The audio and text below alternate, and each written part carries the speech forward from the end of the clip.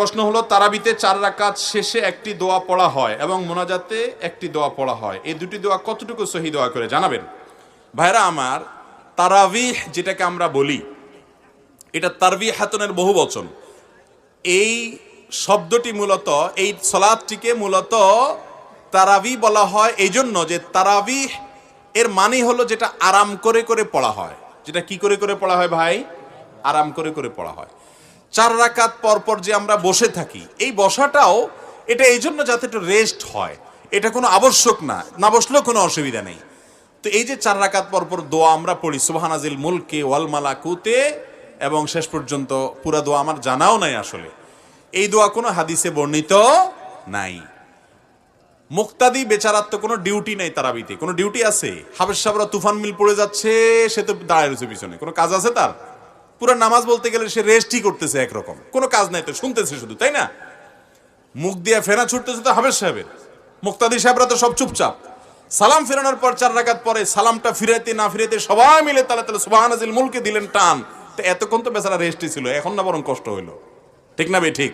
তাহলে এই বসাটা যে রেস্টের জন্য, রেস্ট হলো কোত্থেকে? আর খোলাসা কথা হলো, 4 রাকাত পরে যে দোয়া পড়ি আমরা, এই দোয়া কোনো হাদিসে বর্ণিত বা এই টাইমে পড়ার জন্য কোনো নির্দেশিত বিষয় নয়। ইসলামে কোনো কিছু কোরআন হাদিস যদি না থাকে, নিজেরা যদি সেটাকে ইবাদত বানিয়ে নেই, কোরআন হাদিসের ফরম্যাটের মতো করে নেই, তাহলে সেটার কারণে সওয়াব না হয়ে বরং গুনাহ হওয়ার শঙ্কা আছে।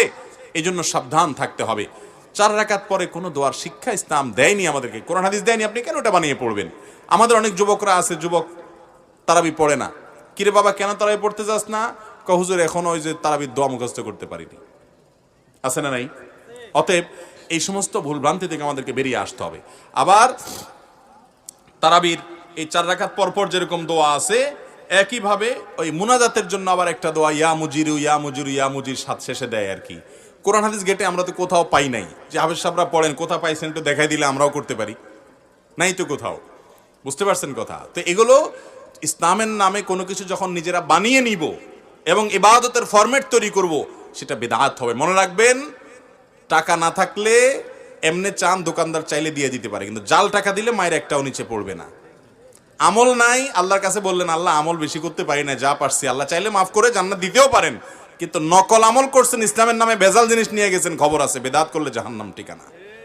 অতএব আল্লাহ তাআলা আমাদেরকে বেদাত থেকে বেঁচে চলার তৌফিক দান করুন। আপনি বলবেন বাপদাদা 14 গোষ্ঠী করে আসছে, এখন আবার নতুন নতুন কথা শুনি। আমি বলবো বাপদাদা তো হাল চড়ছে, আপনি কেন বিদেশ গেছেন?